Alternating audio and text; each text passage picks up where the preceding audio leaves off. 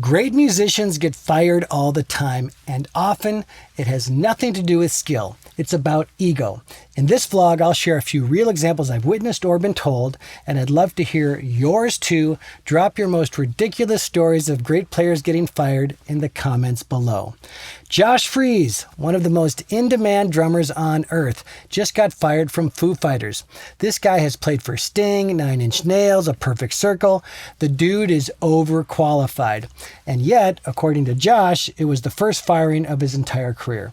No explanation given. My guess, not talent, just a clash of vision, personality, or ego.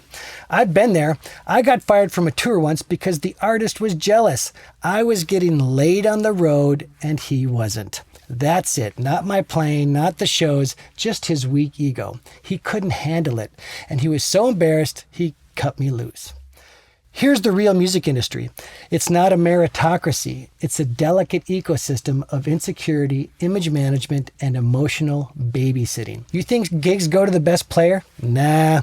They go to players who know how to bow just enough, laugh at the right jokes, kiss the right amount of ass, and stay on the small side of the artist's fragile ego. Here's a perfect example. I recently hit up an industry vet, great guy, and asked if I could share a funny road story. He got fired from a tour for winning too many card games on the bus. That's it. He beat the artist at cards, and boom, gone by the end of the day. I said, "Don't worry. No names, no details. I'll just share the gist of your story." He replied, "I signed an NDA. Come on, man. I've dealt with NDAs. Most expire in 2 to 4 years unless you're protecting state secrets. And this wasn't the Manhattan Project. It was a bruised ego on a Prevost." I nudged again. He finally admitted, "Yeah, probably true, but the artist would make something of it regardless." And that is the root of it.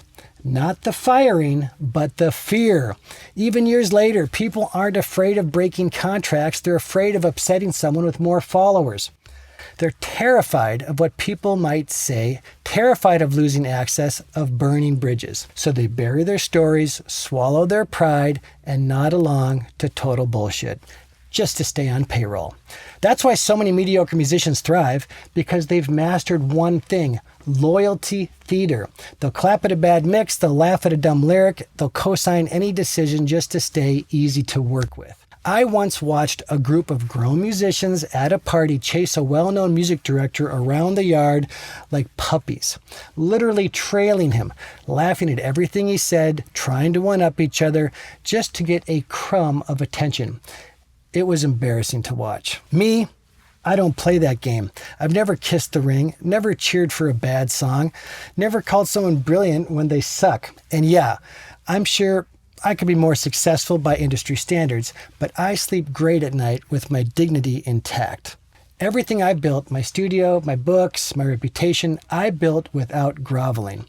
So here's my advice. If a gig was solid and the people were great, keep the bridge. If it was toxic, burn it down and don't look back. Don't trade your integrity for a slot in someone else's kingdom. Let them keep their tiny ego. You keep your self-respect.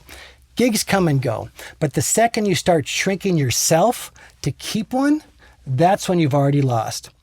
Thanks for watching. I'm Blake Paulson. See you next time.